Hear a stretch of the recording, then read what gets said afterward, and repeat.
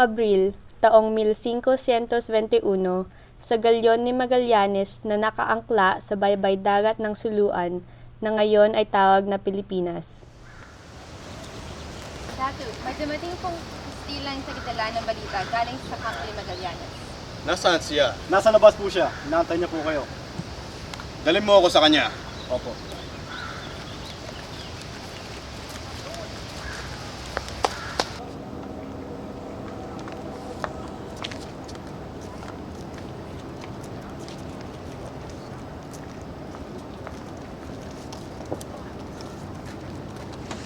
Bago kayo magsalita, mga gagong Kastila, isipin niyo ang nasa lupain namin ngayon.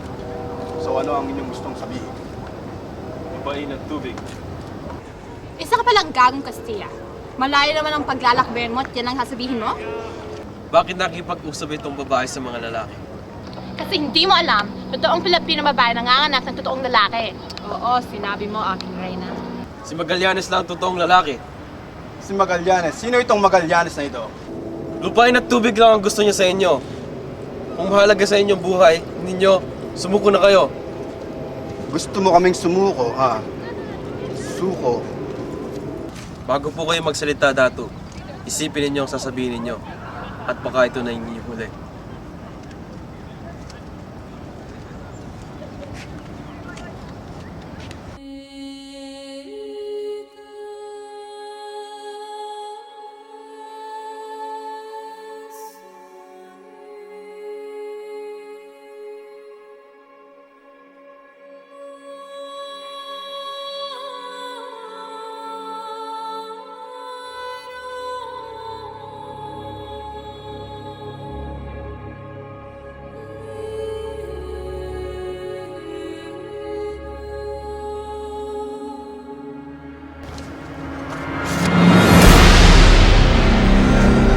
Isa kang baliw! Baliw na man ka, Datu. Lupain at tubig? Suko? Hindi yata. Malaking insulto ang ginawa mo sa aking reyna. Pinagbantaan niyo pang gawing alipin ang aking mga tauhan. Ito ay crazy! Talagang crazy!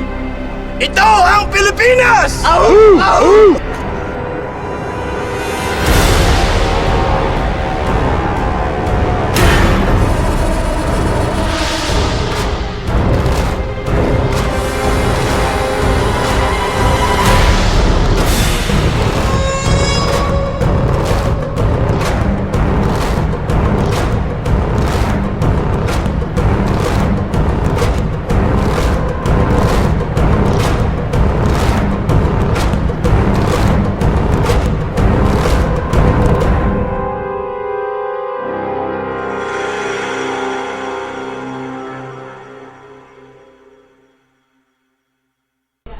Kasama ni Datu ang pinakamabuting sundalo niya para makipag-away sila sa mga Kastila.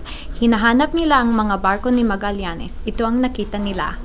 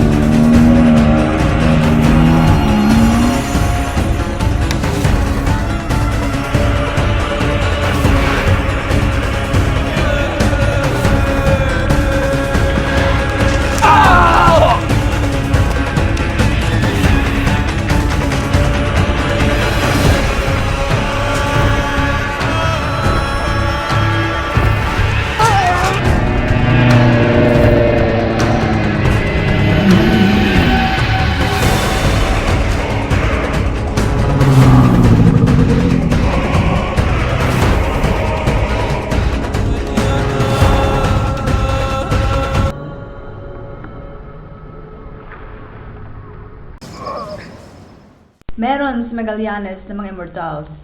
Nakakatakot daw sila kasi hindi sila namamatay.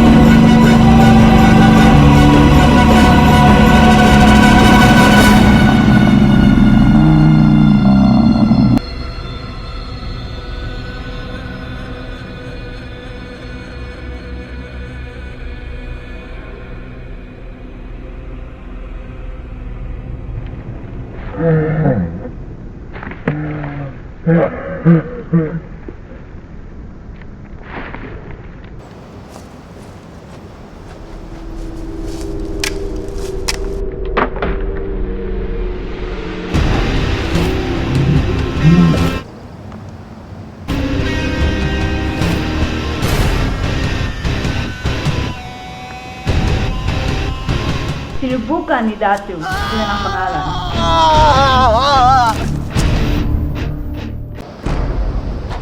So sa tingin ko, ikaw pala si Magallanes, diba?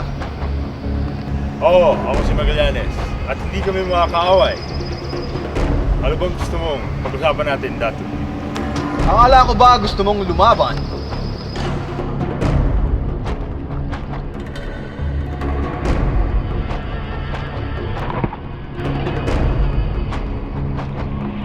Gusto ko maging kasi-kasi tayo.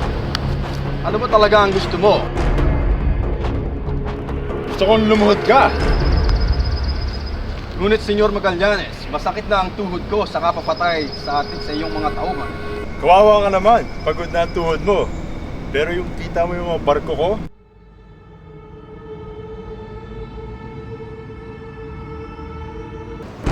puno pa ng tig 200 tao yun. Talaga? Talaga! Sumuko ka na, Datu. Hindi naman kami punta dito para makikain eh.